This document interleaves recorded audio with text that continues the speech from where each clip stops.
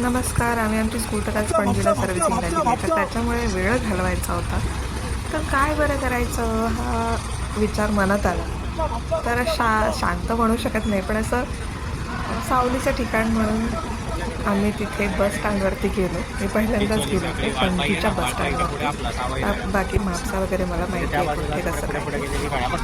तर सांगायचं म्हणजे असं की मला सवय आहे एस टी स्टँडवरती मी कॉलेजला असल्यापासून 3च्या बससाठी 1 वाजल्यापासून वेट केलेला आहे किंवा 7च्या बससाठी 5 वाजल्यापासून वेट केलेला आहे. वेळ कधी जातो तेच कळत नाही. तर रे वाईट माणसं बघणार वगैरे.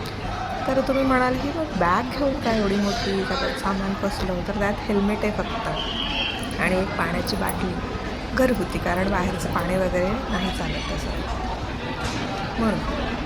नारळ पाणी वगैरे काय नो, पण सांगते इथे काय काय लिहिलेलं असतं ना, ते मला वाचायला मजा येते. म्हणजे कळत काही नाही, पण ते ट्रान्सलेटेड असतं अदर लँग्वेजेसमध्ये म्हणून ठीक आहे.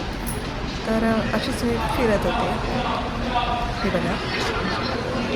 आणि ह्या ज्या बसेस आहेत ना त्या तर तिथे ना प्रत्येकजण असं ओरडत होतं, म्हापसा म्हापसा म्हापसा, फोंडा फोंडा फोंडा, असं काय काय. म्हणजे त्यांच्या तिकडे जाणाऱ्या ज्या शटल बसेस असतात त्या मंगेशी बाणस्ती वगैरे तिकडचे ते सांगत होते असे ओरडत असतात. मी म्हटलं हे असं काय प्रकार आहे. मी तर आत्तापर्यंत एस टी अशी बघितली की जिथे कंडक्टर अँड ड्रायव्हर्स असतात आणि जे कंट्रोलर असतात ते अनाऊन्स करतात की अमुक फलाटावरच्या अमुक ठिकाणी जाणार आहे, ह्या मार्गे त्या मार्गे.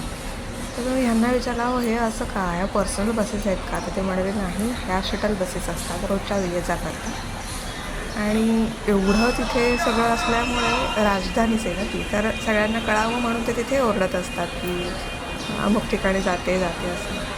म्हणजे इथे ना इंटरनल बसेस आहेत त्याचं वेगळं स्टँड आहे आणि गोव्याच्या बाहेर म्हणजे महाराष्ट्र कर्नाटका वगैरे असं ठिकाणी जाणाऱ्या बसेस या वेगळ्या ठिकाणी जातात असं आहे. म्हणजे पहिल्यांदाच मी एवढं मोठं बस स्टँड बघितलं.